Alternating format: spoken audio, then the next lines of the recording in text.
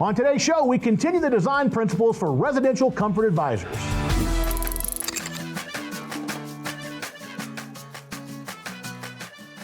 All right, let's get started with today's show with Drew Cameron and Eric Kjelshus. They're going to continue the discussion on the very important design principles for residential comfort advisors. Take it away, gentlemen. Make the customer aware of everything that's going on in their home, the good, the bad, and the indifferent, and the ugly, right? So that they can become a better steward over their home, even if it's things that you don't do, because that way you're a better resource to the consumer. And that way you differentiate, you stand out in the customer's mind as the resident expert in all things, and you're helping them understand things, even if it's some things they can do on their own. Like, customers can literally roll out some Pink Panther insulation and put it into their attic if they wanted to. You may not do insulation, but if you told a homeowner, hey, why don't you reduce the load on your house before we produce the BTUs by adding them some insulation in your attic? It's probably the most cost-effective thing that you can do to improve comfort and energy efficiency in the home. But also part of the thermal comfort is the equipment. Now that's obviously what it is that the HVAC contractors do that are tuned in here today, right? And so what we're talking about there, Eric, is the type of equipment, the location of the equipment, right, the design, the installation, and the performance of that equipment kind of all coming together is going to impact that thermal comfort in the living space, right? Right. It's a big thing. A lot of customers don't know where their equipment is. Right. Yeah. I mean, you don't realize how many times I've been told that the filter doesn't get dirty. Yeah. It's a self-cleaning filter. Yeah, or the air conditioner's in the backyard. Yeah. Right? They can usually tell me where the air conditioner is because it makes noise, yeah, but they have trouble telling me where the air handler is. But they don't understand the air conditioner's not in the backyard. Part of it's in the backyard. Yeah. And then I ask them where the filter's at and what size are they? Mm-hmm. And if they say, well, I don't have a filter, that's a call for action to me to find it and because it hasn't been changed in a really, really long time. Probably, yeah. So if you don't, and if you truly don't have a filter, then you're the filter. Yeah, because your lungs are like an the MERV 7. Right. And if you don't have a filter that's at least a MERV 7, yep, then your house is dirtier than your lungs. Yeah. Many cases. So either buy a filter or be a filter, as we like to say, right? Yeah. Yeah. And how efficient your filter is determines how efficient your lungs have to be. That's correct. Yep. So we'll get into air quality more tomorrow. All right. So item number 2, we go beyond thermal comfort. We talk about humidity and moisture control. So talk about the impact of moisture and humidity in the house, both whether it's too much or too little, and over the course of the year. What does that do to the house, and what does that do to the occupants? Well, if you have too much humidity, what happens to the building? It rots. It rots. So I try my best to keep the moisture between 40 and 50%. Yeah. Okay. Can't do that during the winter though, probably, right? 50%? All year. 50%? You don't worry about the moisture between the drywall and the outside wall? Well, possibly getting in the Kansas City area, it dries out in the fall, in the winter, and then in the spring it becomes saturated. Okay. So you have to follow the humidity flow. Yeah. So you start seeing condensation on the windows during the winter. That's a bad thing. Too much humidity. Way too much. Yeah, way too much humidity. Yeah. Yeah. So dial that down, maybe. Right. Maybe getting that 40%. In the wintertime, sometimes you have to cook pasta, boil some water. Yeah. If you know you're real dry, you need to figure on adding some water somehow, either through humidification. And there's basically 3 kinds of humidifiers. You've got the old... We'll talk about that tomorrow. Okay. I'm going to keep you in check today, all right? So, but I do want to talk about that, being too dry. What about it being too dry? What does that do to the building? It actually will shrink your wood. Okay. So that also rots the building. Drying out the wood and the construction materials can rot out the building too, right? Yeah. If you oversaturate it and then dry it out, oversaturate and dry it out, that's what happens to CC lumber on your back deck. Mm-hmm. It dries out, gets too wet, it dries out, gets too wet, and it just blows away. Yeah. What about this concept that a lot of people talk about in terms of forced air heat? You hear this a lot in the travel. Scorched air. What's that? Scorched air. Scorched air, right? They basically are saying that I don't like forced air, especially if you come out east, like where I am with boilers and whatnot. But we have hot water boilers, and we have steam boilers, radiators and baseboards, and people talk about, well, I like that because it doesn't dry out the air. Forced air dries out the air. So, is that a myth that No. Heating the air dries out the air? You got to remember, way back when I started, the temperature in between supply and return was 100, 110 degrees. Right. And now with the 90% furnace, 97%, you may only get a 25 degree separation, or even a 20 degree. And at a 20 degree, it's not going to dry out the air as much. But is heating the air drying out the air? No, that's a myth, correct? That is a total myth. That is myth. So when I heat up air, what do? I am heating up the molecules that exist in the air, the water molecules, and they're just getting further apart. Correct. I'm not drying out the air. I'm giving the air the ability to hold more moisture. Correct. Right? And I think that's the problem with contractors. They let customers talk about the fact that it's drying out the air, or maybe they even believe that it's drying out the air, but it's not drying out the air. You're giving the air the ability to hold more moisture because those molecules, you heat them up and you just get further and further away, right? And so now the air is looking for more moisture, and where's it going to get it? It's coming through the windows, through the doors, through the crawl spaces. If it exists, but if it's low humidity, obviously during the winter. Yeah. So I remember. Where's it going to get it? I was a teenager, and I put a humidifier on. Yeah, well, yeah. And then another humidifier. Yeah. And then another humidifier. And then another humidifier. Okay. And then I insulated and sealed the attic, and I took 2 of the humidifiers away. Yeah. I put storm windows on. Because the air was leaking out, the humidity was all leaking out too. But let's assume, the air starts looking for moisture. You already kind of touched on that. It's going to start building it from pulling it from the construction materials and whatnot, shrinking the doors. Doors get sticky and whatnot. Right. You might even see hardwood floors start to warp a little bit. Right. That's Woodman instruments get out of tune. Right. Right. Antiques start to get damaged a little bit.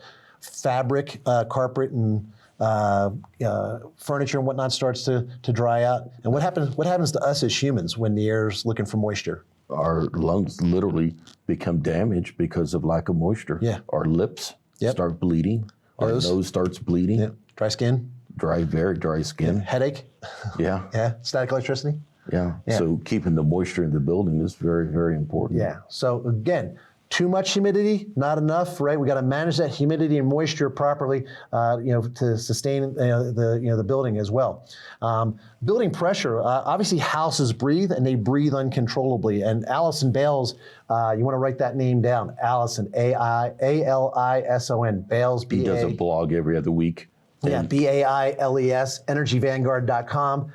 Great person to subscribe to his. He's a character. His newsletter. He's a character, but he knows his stuff. And we were talking a little bit about him this morning. He knows his stuff. There's others out there as well. But he has a great website full of resources and some content I'm going to share with you too over the. He just wrote a book that's really good. Yeah, I haven't seen I heard he had the book coming out. I haven't seen it yet.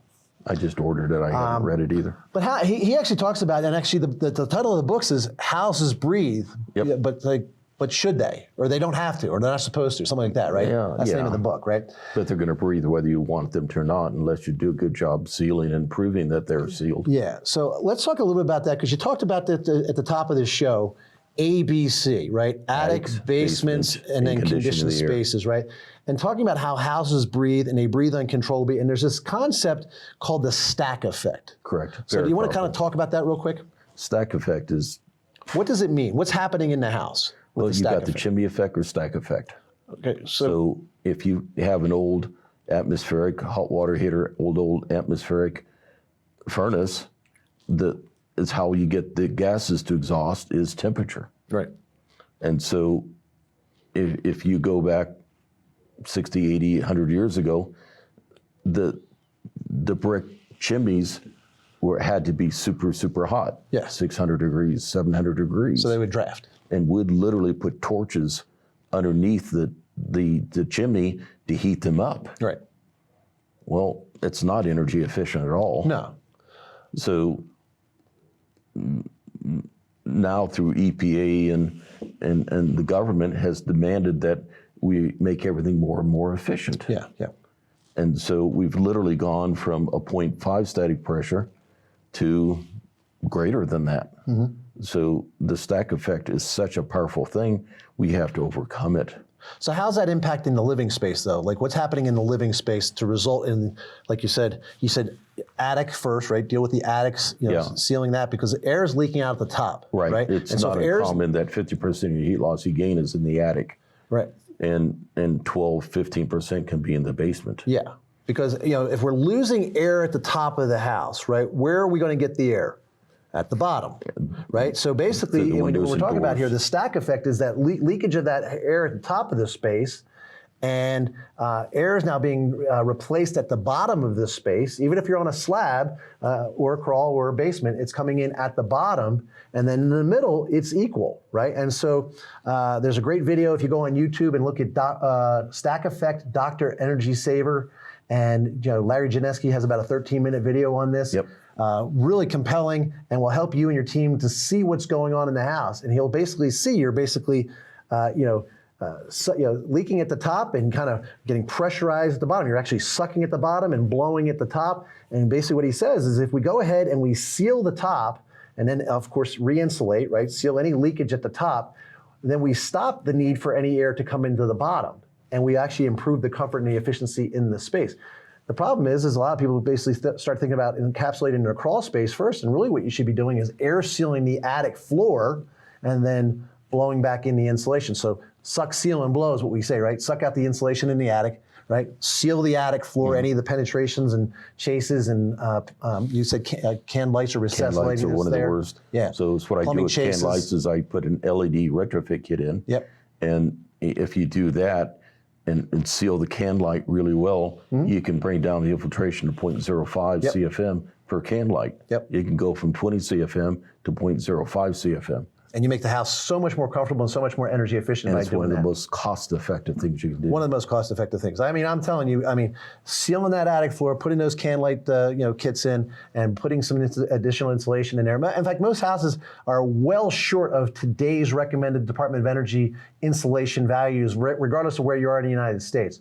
I think the lowest number that I've seen is R38, and in certain areas, it's R60. R60 just took place. Yeah. In some places, and in certain places it's code, but again, the Department of Energy recommends no less than R38, and that's about that much insulation. 18 inches. Yeah, right? And so most houses have like this or less. You can see the top of the floor joists. Yeah, exactly. Yeah, and so that's not great, right? Again, we didn't know what we didn't know when houses were built, and so now it's our job to go back there and help a customer realize what's going on in their house. Roll the attic. Yep, there you go. It's really important to make sure there's enough seal in the attic. Your top plate on the attic, and it's not uncommon in more common houses, your return is on the top plate in the middle of the building, and you need to make sure that gets caulked because the wood shrinks, the sheetrock shrinks, and you'll have a 1/4 inch gap on your top plate.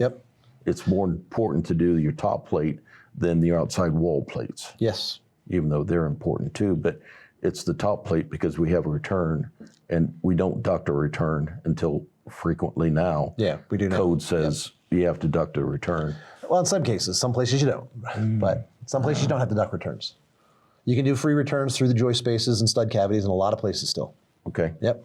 So my area, you need to duct them. Yeah, and your area may vary, and those of you in Canada, it's the Wild West maybe up there. I don't know what the rules are up in Canada, and again, I don't know what the rules are where you are. That's up to you to figure out. We're just going to kind of touch on things, but check obviously with what code is and what is required. And if you're in California, then you've got to be super compliant with a whole bunch of things that. Oh my gosh. Title 24. We're not even going to get into that stuff. We don't have time, right? Let's move on. Ventilation and exhaust, right? The V in HVAC, ventilation, and that's the one area that most contractors ignore. So Eric, talk about the importance of ventilation and exhaust. I feel mechanical ventilation should be put in every building. Yes. No exception. We talked about it a little bit earlier, right? Houses breathe uncontrollably, but they shouldn't. What we should do is we should seal things up real tight and then introduce the air that we want through an ERV or an HRV or a fresh air intake and duct it into the system where we control it, number one, and then we filter it, purify it, humidify it, dehumidify it, whatever it is that we've got to do, because now we control it, and it's not a house breathing uncontrollably, it's a house being controlled, right? It's a huge, big problem. Absolute gigantic. Yeah. And then we'll put a huge, huge kitchen exhaust vent in, and we don't have makeup air for the kitchen. So if you don't have makeup air, where are you going to get the air from? Yeah. So you're using all the flues for makeup air. Yep. It's not uncommon now that you've got 50, 60, 70 CFM of extra air in a new building, and if you put a 300 CFM exhaust vent in the kitchen, or 3 bedrooms, bathrooms, 3-bedroom, that can suck 100 each. Yeah. And then you're basically using any flue as a makeup air device. Yeah, and the interesting thing about that is, I mean, we don't typically leave those bathroom fans and kitchen fans on 24/7, right? So they don't usually, it's not usually a detriment, big picture wise, right? But overall, nowadays, more than anything, and that's obviously what we learned over the last few years, as far as the vid is concerned, right? And it's obviously making a comeback here apparently this fall. That the system was not working in a way that typically allowed us to street sweep out the coronavirus because it was just too light, and that particulate kind of just danced in the air and was suspended. It's what we call a fine and ultrafine particulate, which we'll talk more about a little bit later. But obviously, ventilation would have helped a lot of homeowners probably purify the air a little bit better than just filtration and purifying devices there. So Let's talk about exhaust fans a little bit. Yeah, go ahead. You can have a dryer, and when I grew up, they're 50 CFM. Most You're of the talking about dryers clothes dryer? A clothes dryer would be a 3-inch. Yep. And then we had 3-inch for most of the bathrooms. Yep. And now your main bathroom can be a 6-inch. Okay. And your main bathroom can be literally 250 CFM. Yeah. And you go get a new dryer, and it could be a 4, 5, 6-inch. Yeah, 4-inch. Yeah, and they're sucking out 300 CFM. Yep. When they run. Yep. Where's that makeup air coming from? Yep. Yeah. So you got to take that all into consideration. So we got to make sure that we're bringing in fresh air to make up any air that we're exhausting, number one. And we should be exhausting the stale air, right? Because again, we'll talk more about air quality tomorrow, but the American Lung Association basically says that the average residential space is easily 5 times more polluted than outside air and up to 100 times more polluted than outdoor air. And the reason is because that air is trapped in the space, right? All the off-gassing and chemical compounds that are in that space are off-gassing. We'll talk more about that tomorrow. But let's shift gears and talk about a little bit about air quality as being part of the house as a system. Now, tomorrow we're getting into the details of air quality and whatnot. But when we're thinking about air quality being impacted as the house as a system, how is that coming into play? It's huge. It's source control, source control, and then dilute the air. Yeah. What do you think about people, obviously, you see, I think unfortunately, to our detriment in this industry, places like Bed Bath & Beyond and Home Depot and Lowe's and Costco and even the Sharper Image and Hemmicker Schlemmer and Brookstone, they sell all these individual little room devices. They do a better job of marketing indoor air quality than we do. Oh, God. We as contractors, terrible. We're horrible marketers, yes we are. I am the brand, but nobody knows what my brand is. and they don't know what you do. No idea. Right. They think that a contractor basically shows up and does a little bit of cleaning and then disappears forever. Yeah. And so, we do a very, very poor job with telling what we really do and how important what we do is. Yeah, I don't think the customer understands that we, as HVAC and indoor air quality contractors, can do a better job addressing air quality at the macro level centrally than them spending a bunch of money on devices that are probably got about a 3 to 5 year lifespan, that are consuming energy and not doing as an effective job as the central system. Is that a fair statement? Oh, if you walk into a building and you see that they have a dozen different air scrubbers or little tiny things, that's your customer. Yeah. And all you have to do is really connect with them and to figure out what you can do to improve their health quality. Yeah. Because most customers will do anything to improve their kids' and their air quality. Well, their kids and themselves too, I think, Absolutely. And they will mortgage the house to improve the air quality of the house. Good point. Because we don't believe that customers know that we can help. I don't think customers understand what it is all that we do and the difference in the impact that we can make in their lives. And really, that's at the end of the day, that's what this is about. The impact and difference that we can make in people's lives. And so we do that through some questioning. We'll talk more about the survey tomorrow. One of the problems with just buying a UV light is a UV light can actually pollute the house. Okay, talk about that a little bit. Okay, this is really important. I don't feel just the UV light is going to solve all your problems. No, obviously not. Not one thing will solve all problems. And if you put too much ozone in a building, too much UV in a building, you can actually create daughters and aunts and uncles and stepkids and other issues. Sure, right, because basically it's creating chemical compounds that are basically getting oxidized. And So if you test a building and it has huge volumes of VOCs, you need to start figuring out what those are, what the sources are. And I've ran into a dozen houses that have had half a dozen UV makers, and it created ozone and other issues. And one customer was spending $300 a month in electricity, moving air around, and they were actually making more pollution than they were taking out. Yeah. So again, so we can deal with that, because at the end of the day, again, we're beginning with the end in mind. We're optimizing for this result, right? We want to create an energy responsible or energy smart, comfortable, safe, healthy, and sustainable indoor environment. At the end of the day, the customer doesn't want what it is that we offer, right? They don't want the things. They get the things to get item number 6. The outcome, the result, right? I mean, they don't want an air conditioner. They don't want a filter. They don't want a UV light. They don't want air sealing or insulation. They don't want any of that, right? They want really good, clean air. They want a good night's sleep, right? Yep. They want to be comfortable in every area of their room, of their house, right? They want to be able to breathe air in continuously that's not polluted. They want to make sure that they're being a good parent and taking care of their kids, right? Taking care of their pets. Right, taking care of their, yeah, you were talking about that a little bit earlier, right? People are buying, I mean, you were talking about, I think it was last night, you were talking about somebody bought something because their pet had allergies, and they spent quite a bit of money on an indoor air quality system. They spent $15,000 on the pet one year, and it basically was the dust that the pet was laying on was making the dust was making the animal sick. Yeah. And it was from a crawl space that had mold on it. Oh wow! So it was irritating the pet's skin. Right, and then the dog would shed too much, and then the dog was making the whole house sick. Yeah, it's crazy stuff. And like I said, people are wildly crazy about their pets, and of course their kids, and of course themselves. You know, we got more conscious nowadays about ourselves. You know, we just used to kind of run recklessly when we were growing up, and we were drinking out of hoses growing up. Right now we're all drinking out of bottled water and filtered water and reverse osmosis, and water is a boutique thing now. So let's kind of again, we begin with the end in mind, and then we're mindful, intentional, and we execute with intensity in what it is that we do.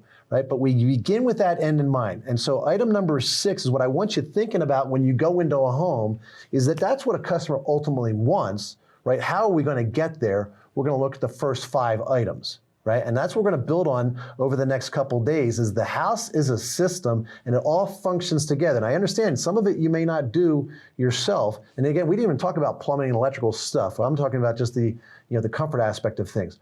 But we're going to kind of build on that concept here. And again, I'm going to give you a document that has 3 articles in the singular document called A House as a System, and you can kind of dig a little bit deeper on that.